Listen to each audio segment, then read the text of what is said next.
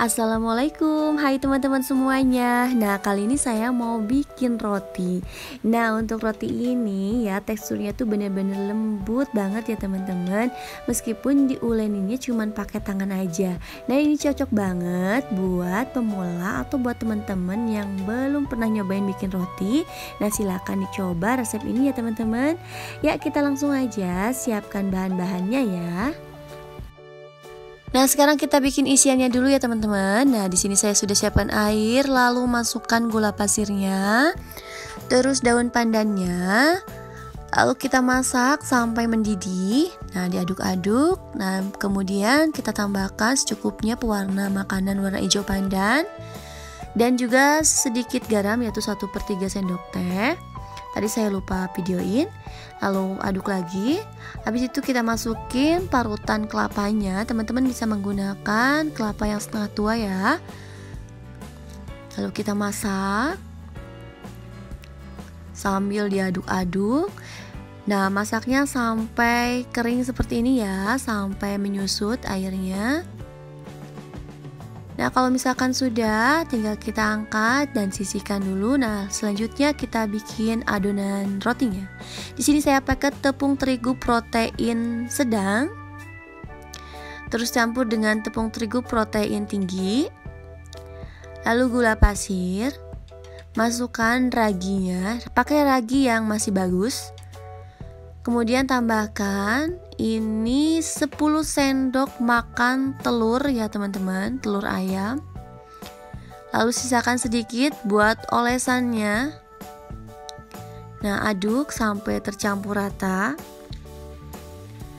Lalu kita masukkan ini susu hangat ya teman-teman, hangat kuku. Masukkan sedikit-sedikit aja lalu kita aduk. Nah, kalau misalkan teman-teman gak suka susu, nah susu ini bisa diganti dengan air ya teman-teman. Cuman memang untuk hasilnya ada sedikit perbedaan antara menggunakan susu dengan air, yaitu kalau menggunakan susu teksturnya itu lebih lembut lagi ya teman-teman. Tapi dengan menggunakan air juga itu tetap lembut, cuman lebih lembut dibandingkan dengan menggunakan susu. Nah, ini sudah cukup, kita pindahin aja ke tempat yang lain supaya lebih leluasa buat nguleninnya.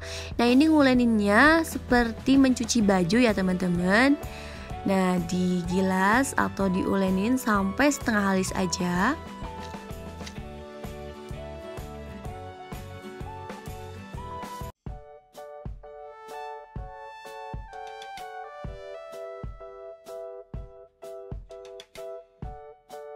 Nah, ini sudah setengah kalis ya teman-teman. Lalu kita tambahkan menteganya. Kita masukkan setengahnya dulu aja seperti ini. Lalu lipat. Nah, kita ulenin lagi. Nah, kalau teman-teman mau pakai sarung tangan silahkan ya. Kalau misalkan nggak ada sarung tangan, bisa seperti ini. Yang penting tangannya dicuci terlebih dahulu ya teman-teman. Nah, kita masukkan lagi menteganya semuanya. Lalu kita ulenin sampai benar-benar kalis. Nah, untuk nguleninnya ini saya itu membutuhkan waktu kurang lebih 15 menit ya teman-teman, yaitu dari awal ngulenin sampai adonan ini menjadi kalis.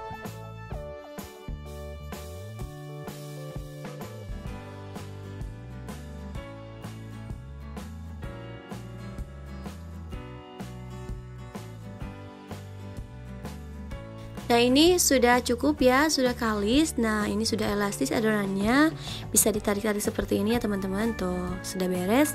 Sekarang tinggal kita bulatkan adonannya lalu diamkan ya.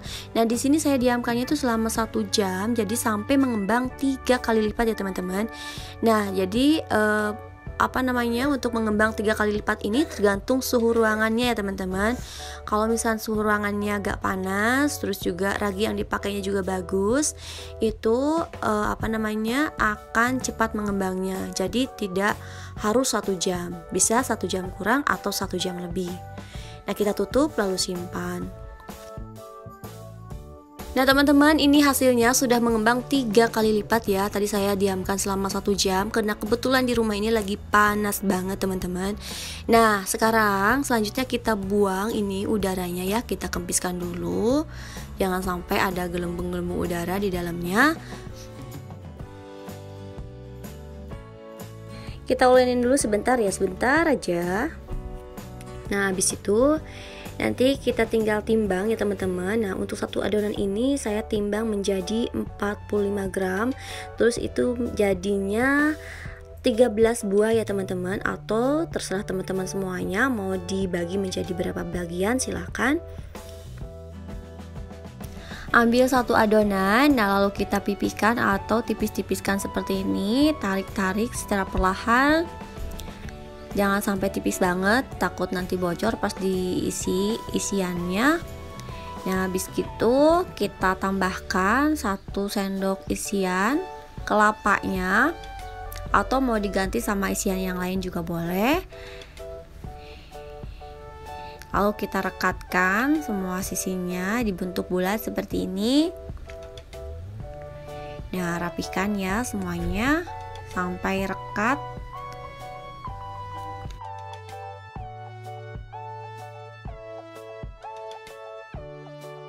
Nah setelah selesai kita masukkan di loyang yang sudah dialasi kertas roti atau yang sudah diolesi margarin. Nah supaya tidak kering kita tutup adonan yang lain. Lalu kita lakukan proses yang sama ya sampai adonan ini habis.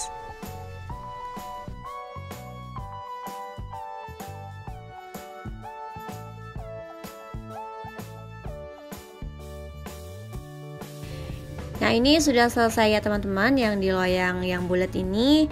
Lalu kita tutup, tutupnya boleh pakai plastik wrap kayak gini atau pakai kain yang lembab ya, supaya ini adonannya tidak kering. Nah habis itu kita diamkan. Nah sekarang kita bikin yang bentuknya lonjong. Caranya seperti tadi, kita pipihkan roti, adonan rotinya, lalu kita masukkan isiannya.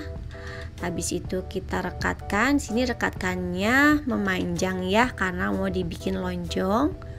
Nah, rekatkan semua sisinya lalu rapihkan.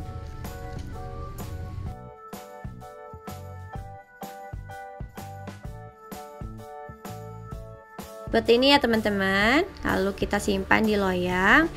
Nah kalau misalkan sudah selesai semuanya, sekarang kita diamkan dulu adonan rotinya. Nah diamkan sampai mengembang penuh ya teman-teman.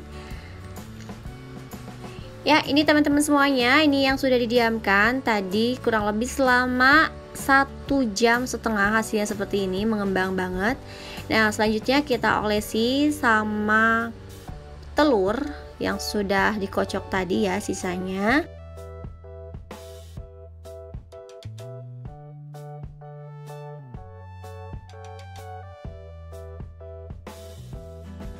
Nah setelah selesai dioles kita panggang ya. Nah di sini saya panggangnya di suhu 170 derajat Celcius selama 20 menit, atau bisa disesuaikan aja dengan suhu ovennya teman-teman di rumah ya. Nah di sini saya pakai api atas dan bawah. Nah teman-teman, ini rotinya sudah selesai, sudah jadi ya. Ini menurut saya hasilnya bagus banget, terus cantik banget. Meskipun ini dibikinnya tanpa menggunakan mesin ya, hanya menggunakan tangan saja. Nah selanjutnya ini selagi panas, kita olesi dengan margarin atau mentega. Olesi bagian atasnya secara merata.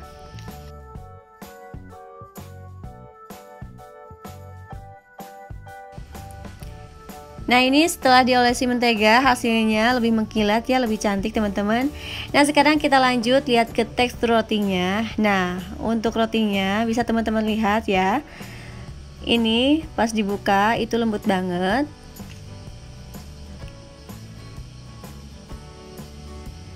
Jadi ini rotinya tuh bener-bener lembut banget teman-teman. Tuh teman-teman bisa lihat sendiri kan. Nah untuk isiannya juga ini saya suka banget. Saya suka banget dengan isian roti yang pakai kelapa. Kalau zaman dulu itu dibilangnya roti kopior ya teman-teman.